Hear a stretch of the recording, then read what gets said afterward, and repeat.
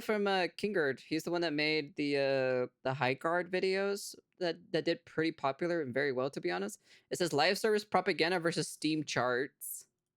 Hey there, welcome to EA. Come on in, sit on down. Well, hey, thanks for having me. It says here you're looking to invest in Battlefield 6. Good choice. I heard you guys had some pretty good sales at launch. Oh, the best sales of 2025 and the franchise. That's great to hear. I just have a couple questions for you first, if that's okay. By all means, fire away. I'm sure I can put your mind at ease. Okay, great. How's the player retention?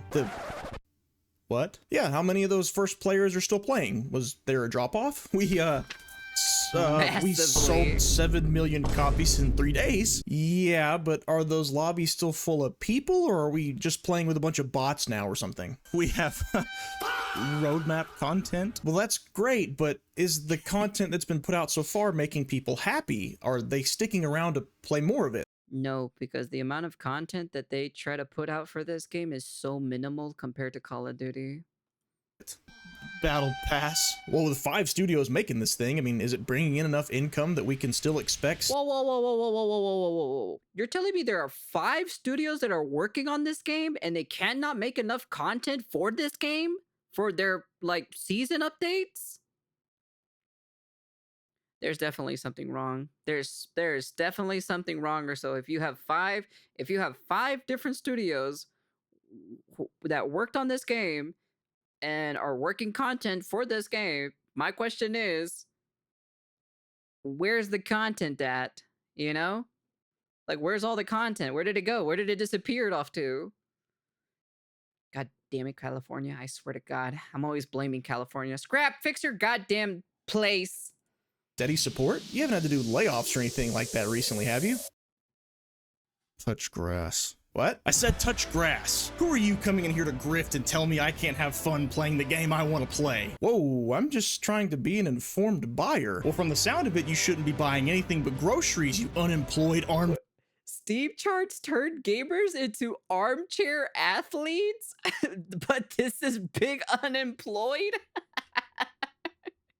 Chair developer. I work at an accounting firm. I bet you don't get any maidens. Player count. That's the most discourse polluting thing I've ever heard spewed in my office. I think I'm gonna go. Our shrinking, passionate, niche community is doing just fine without lowlifes like you.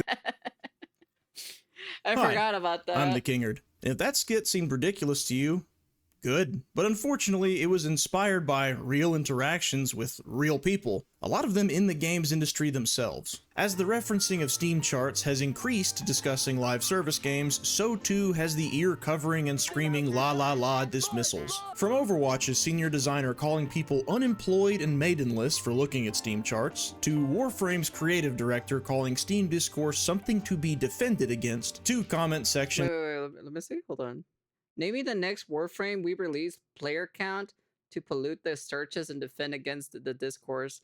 Article is calling Afro and Co maidenless. Your mom is maidenless. Shut your bitch ass up. I don't want to see it from you, mister. Creative director calling Steam discourse something to be defended against, 2 comment sections in both my videos and videos of others, accusing others of bad faith or grifting for bringing data into the discussion. As Sir Isaac Newton said, for every Steam chart analysis there would be an equal and opposite reaction, calling it toxic. But what if analyzing the Steam charts wasn't the initial action? Instead, it's just a reaction, an unintended side effect haunting an industry that thought it had everything under control. Gotcha! Oh my God! If you already look at Steam charts, this video is going to be reaffirmation for you, highlighting what it provides, why you're not crazy for caring about it, and of course, why the industry doesn't want you looking at it. A lot more louder.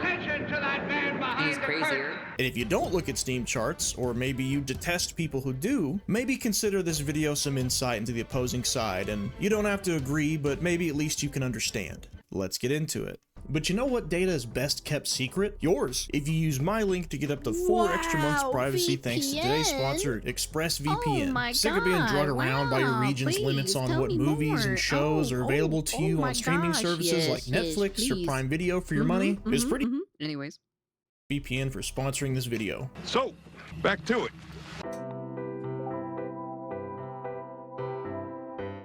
So why do Steam charts matter? The problem all started when the industry stopped treating us like players and started treating us like investors. It's not enough to sell the best game we can. More like piggy banks, to be honest, for them to try to like squeeze every ounce of money out from us, basically. So. And once and move on. Now we need to sell a high-risk model that lives or dies on long-term investment. Yes, investment from the shareholders, but also investment from the players. Put in your time, put in your money, it'll pay off for you in the long run. Who could have predicted this?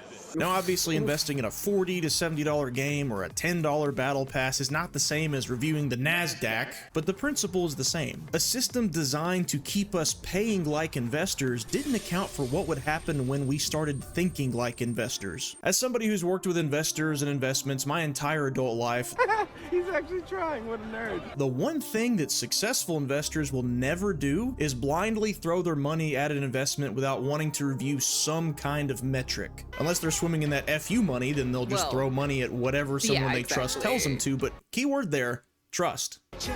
I don't trust an industry that kills off games faster than new Walking Dead side characters. Do it. I don't trust this model that gives us overblown budgets or unrealistic income goals leading to EA. disappointing live service like Battlefield 6. Release now, fix later like X-Defiant. Release now, finish later like Halo Infinite. Removing paid content and proudly keeping quality low for the roadmap like Destiny. Ugh, that one right there is terrible. I'm surprised how there's even any players left playing Destiny 2. Increasingly predatory microtransactions to persuade more people to open their wallets like Call of Duty or Diablo.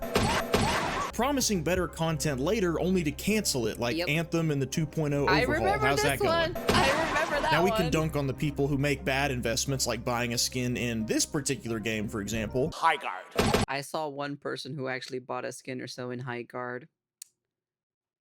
Damn, doesn't that suck for you, man? But the point is, that money's gone, that return on investment is zero, there's no more fun to be had for the money they gave. It's gone. Bad investment. And despite what main character syndrome for some might say, one passionate player is not enough to keep a live service game running. It's only rational for some people to want to see how many other people are investing in the same game before making a decision to do so themselves. People want security, certainty, the least amount of risk possible for their time and especially their money. They don't want to be rewarded with content droughts and shutdowns. So what data can we review? What data do these companies willingly provide the public so we can assess that risk? Nothing. Well, when they're actually proud of their sales figures, we get sales figures, like with Arc Raiders, Helldivers 2, or even Battlefield 6. If they're not proud of the sales numbers, maybe a game had a free trial, maybe it was available on a subscription service, or maybe it genuinely just did not sell well, then we usually get total player numbers like FBC Firebreak, engagement like Skull and Bones, whatever even counts toward that figure. And if they're not even proud of that figure, then we get nothing and also scolded for asking, like with Splitgate 2, Marathon, and Concord. The problem is not one of these announcements gives us the true indicator of a worthwhile live service investment: retention. People are looking for a healthy, active player base because that's what a live service game needs to function and continue. No, Exactly, that's what I want specifically, but so far, what, Battlefield 6 is kind of like, you know, the content is not really there. So I'm like, I'll come back to it, but like probably like once the content is fully completed and then the game will feel complete. I'm not trying Marathon because it really is a half-baked looking game. Splitgate is just, well, don't know how long that game is gonna last, to be honest. massive drop-offs, continued daily logins, and so on. We've all seen the disclaimers 1,000 times by now. We all know that Steam charts are not indicative of every single player. We know some games are also available on console. We know some games are available on other launchers. But Steam is the biggest PC launcher in the world. So when it comes to measuring trends, it's still a good snapshot that tells us when player interest go up and player interest go down. I'd love to never have to give that disclaimer again, but y'all would be shocked at how many people. The only problem is that fucking Call of Duty is like on top or so, is because they can shit out a ton of fucking like content, but I bet you $10 they're probably using AI with it, and they're not saying about it. So, but the players aren't really like noticing or anything like that, because well, at the end of the day, most of them don't really actually care. So.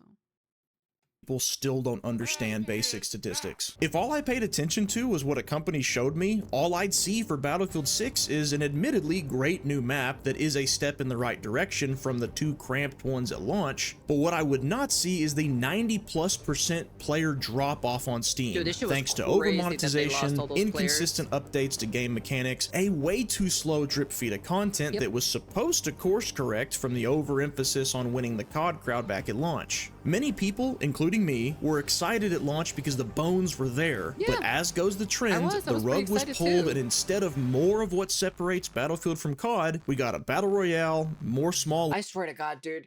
Fucking, if they did not make a battle royale for this dumbass fucking game, we probably would have had more maps or so for Battlefield. We probably would have had more maps at least. Maybe more guns or something. I don't know. Fucking anything else, dude. AI content still better than no content. Look at Battlefield 6. Well, yeah, of course. At the end of the day, like I said, I have no problem if they use AI. But the problem is like Activision has the shittiest fucking quality check ever. So RedSec was a waste of resources. Yeah, it was a waste of resources. I'm like, they were trying to bring the problem with Battlefield 6 is like they were trying to bring the Call of Duty formula or the DNA into Battlefield like super heavily.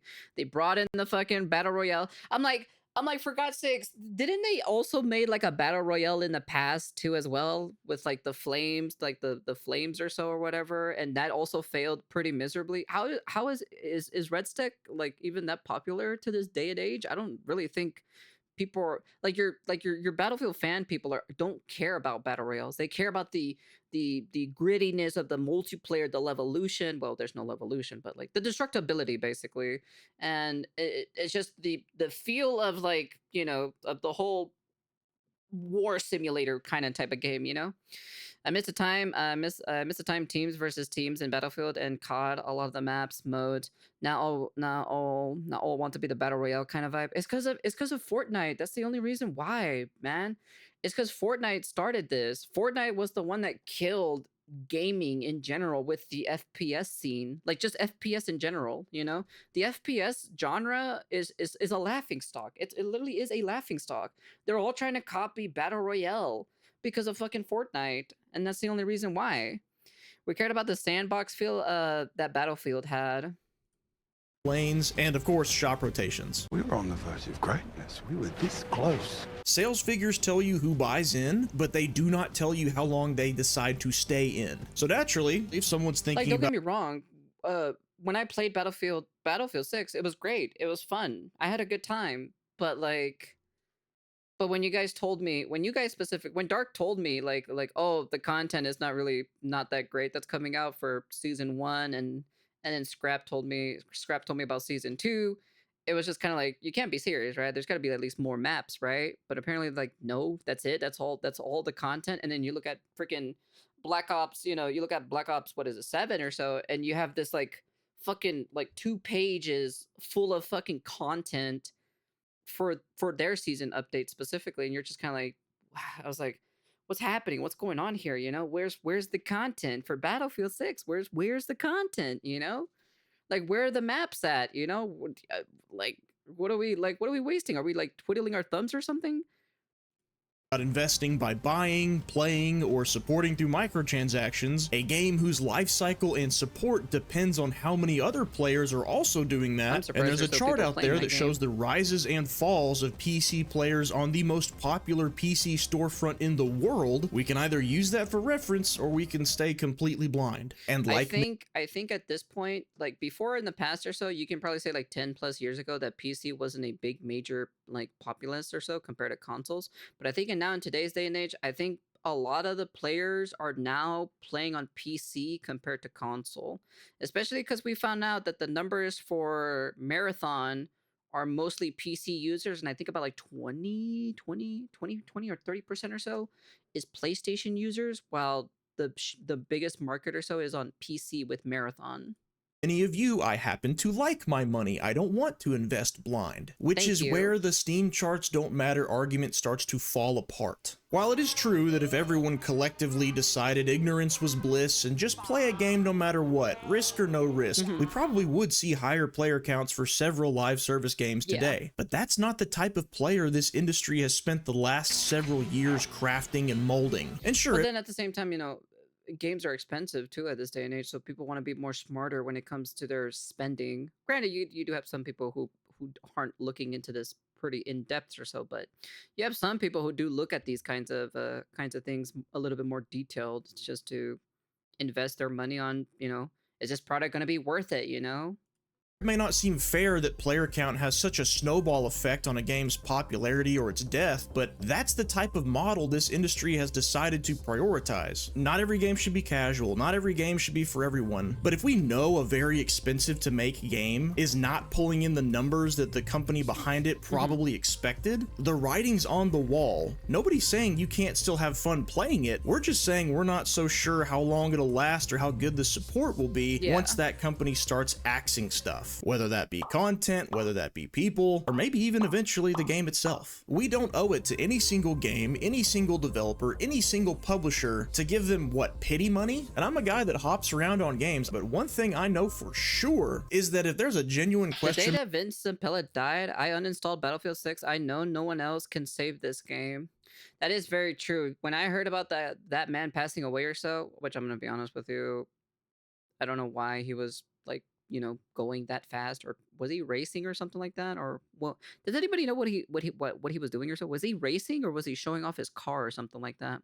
It really is a pretty disappointment that we lost somebody like, you know, Vince, and, well, showing off. Oh, okay, I see. mark in my head of if a game's even going to be there a year from now, I'm not putting my money I'll into. be honest with you, I don't think. I'm trying to think off the top of my head from, like, old developers or so who worked in the FPS scene, who would, like, you know, make an actual good FPS game. I can't think of one off the top of my head, to be frankly honest. It. That's just the way it is. And the only types of games that remain completely unaffected by player counts are usually single-player games. The ones that aren't trying to sell themselves as ongoing experiences anyway. It's why a game like Crimson Desert or Resident Evil 9 can see a drop-off in its first couple weeks, and in that case, yeah, the Steam chart actually doesn't matter, because my playthrough of this single-player game will be the same if there's a million other people playing it, or if it's just me. But that's not what we're talking about today. We're talking about games that tangibly suffer from low player counts, longer matchmaking times, bots filling lobbies, skill imbalance being more likely between any two players the less players that there are, less updates, less fixes, less content shut down. With multiplayer-focused games, player count is the foundation of the experience. Of course, a senior designer for Overwatch 2, the poster child of broken promises in live service games, now rebranded to just Overwatch in the hopes people will forget just how hard their rug pull of a greed-fueled, unnecessary player migration was. That was like 8 years ago. So people don't forget. Well, of course they want to downplay the court of public opinion. Now the rebrand appears to be so far so good, and despite Steam counts being limited for Overwatch since Battle.net is a thing, I would take this over something out of the mouth at someone at Blizzard any day. Of course, passionate Marathon fans want people to stop asking questions about the player count and just play. They want a game they love to survive, and I don't blame them for that. But just like with single player games, but like, they could have given you more. The only reason why I criticize Marathon specifically is that they could have given you more instead of what they gave you. Okay? Like they could have gave you more substance. They could have gave you more things to do. But instead you decided to accept this half-baked game. I'm just saying, you know? I'm like, FPS gamers deserve more and better stuff. But unfortunately, you know, when it comes to the FPS player base anyways, their fucking IQ is fucking -55, and they'll accept anything that's on a fucking like, what, on a wet paper napkin, you know? If you put a dog shit doo-doo and then cover it with sprinkles and gold or so, they're gonna be like, "Ugh," you know? It's Like, you deserve more. You deserve better, you know? That's what I'm saying. Like the golden age of FPS games, where like there were so many different variety of games, where all the developers were pushing their all or so to bring those players into their games, was the best time to be an FPS player, because there were so many different types of FPS games, you know, to enjoy, you know? You have your single player games, you have your multiplayer heavy base games, which is COD, and then you have, you know, Killzone, Resistance. But now you don't really have much of a variety anymore, so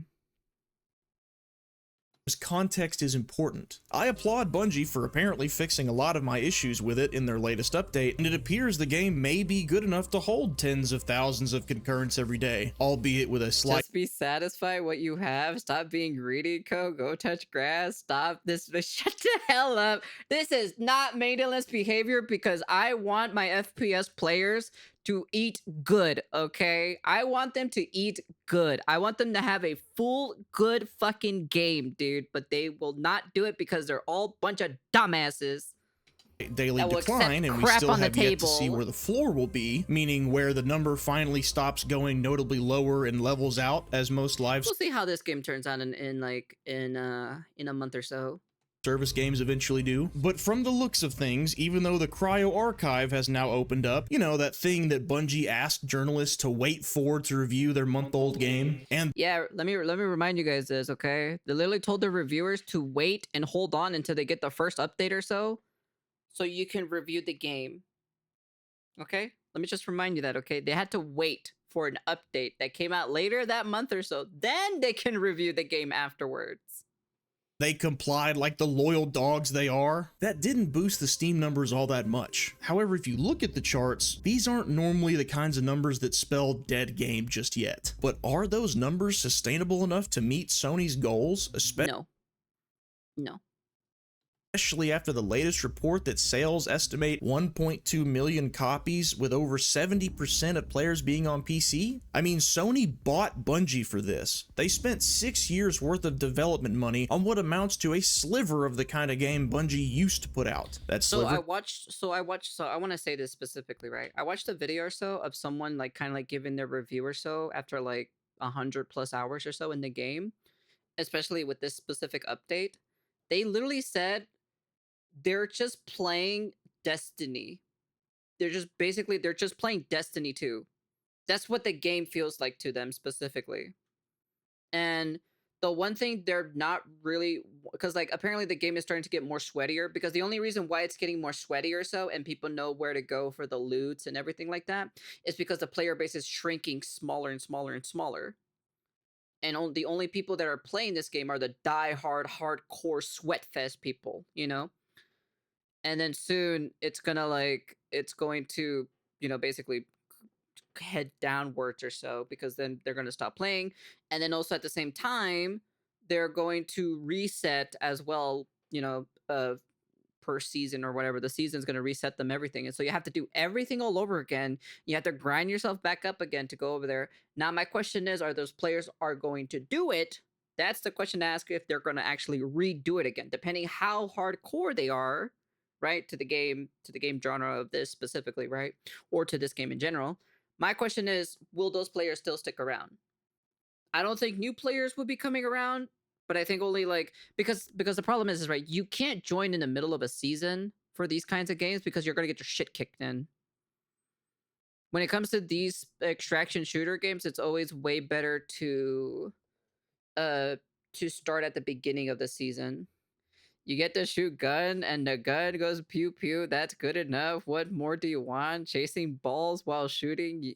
You greedy fatalist. Shut the hell up, Dark. I'm gonna put you back into Withering Waves so you can go tell me about the lore again. could be good, it could be great, it could be fun, but is it sustainable enough for Sony to prioritize steady content and support? These don't look like shutdown numbers to me, but are they high enough to avoid reducing resources for Marathon's post-launch content, like with layoffs or moving employees to focus on something else? We'll see what happens, but unless that community is just rampant with whales, my money says no. And by money, I mean the money I'm gonna keep. And if the horde of Marathon stands, or I mean the most inviting community in gaming and recipients of most likely to take criticism well award, are back from the last video's comment section. Wipe your tears off your keyboard. I'm not telling you what to do with your own money. I'm just saying, for me, too risky of an investment to me. And I will gladly keep referring to the Steam charts when informing this decision. There are some... At the end of the day, the charts is basically what tells you the proof in the pudding at the end of the day. I'm like, you've been taught this, like, to read charts in school all the time, and that's what gives you logical proof of what's happening, you know, in the environment or whatever statistics you're talking about at the end of the day. So I'm like, it's to fucking bring proof. It's to show proof, you know, that the game is like, it's not doing very well. It's really not doing well. It's pretty much a financial failure, you know, because it's not making the money that it needs to be to get back from its investment, because they spent an absorbent amount of money on this game. That post middle of the night disingenuous Steam counts for clicks, but for the average normal person that just wants to be careful with how they spend their hard-earned money, viewing Steam charts isn't cynical, it isn't toxic, it isn't obsessive. It's simply an adaptation to an industry that decided for us that fun and upfront sales isn't enough for a game to be successful anymore. Good return on investment doesn't come from throwing your money at the first up-and-coming startup that someone on the internet tells you you're stupid for having doubts about. If the games industry doesn't want people thinking like critical investors anymore, it has two options. Option number one, make every investment worthwhile with no room for getting burnt, meaning that's never gonna happen. Every single live service game that's released is good, fruitful. Never happening. Not in a million years will that ever happen. No sirree. Every live service game becoming good? That's not happening. That is definitely not happening. All of world hunger and cancer are cured and everyone lives in perfect harmony. Like that's ever gonna happen. Or two, the more likely choice, is break the cycle of needing smash hit, high risk, high reward live service to keep their doors open. And nobody can make that choice for them but them. Until the day that happens, I'm gonna keep being an informed investor, and I'm gonna keep referring to Steam charts. And if you're gonna do the same, just remember, it's not crazy for you to assess risk for what's asking for your money. To see an even more extreme disconnect between the industry and its players, click right here. Thank you, channel members and patrons. As always, thank you. That was a good video, to be frankly honest. Yeah. I'm like, people are not becoming a little bit more smarter on their investment of their money, like where their money goes specifically to these games. But at the end of the day, you know, I bet most of the players, you know, at least in my audiences, they're probably playing like indie games, or they're playing like old games that they haven't played in a while, or some retro games, or like some games that they had in their back catalogs. You know, they're like, I don't really need to play these new games. I got like fucking 50 other games in my back catalog that I need to play anyway. So what's the point? But yeah, that was a good video. I actually like that, actually. I actually like this guy's channel. It's a really good channel. The Kingard. Why you invest in live service as a player when you waiting on discounts on Steam's wishlist? Yeah, that's also a thing too as well, because then you have Steam sales or so that go pretty cheap for some of the games that you want to pick up, and then it's just kind of like. But at the same time, I wouldn't mind having at least like one good game at least. So much demand, so much greed, so maidenless. Shut your maidenless ass up. Go back to fucking Shorekeeper, okay, bitch? I don't want to hear from you, Mr. Lore Master. I just personally just want an actual like good FPS game with actual like substance, and the grinding doesn't feel like a chore and a slog to get through. You know, Battlefield has that problem or so when unlocking certain things in general. So same thing with Call of Duty as well. Like I just want to have like a good game where I can like, well, it feels kind of good to grind, you know, like it doesn't feel like a chore. It doesn't feel like a second job or something. Like I have to get this, you know, I have to get this thing, you know, or like the most ridiculous things are so to grind and unlock certain things is so annoying in general. So at least I got Shorekeeper. I'm not maidenless. It's a virtual bitch. Okay. You are maidenless. Shut the hell up. I don't want to talk to you.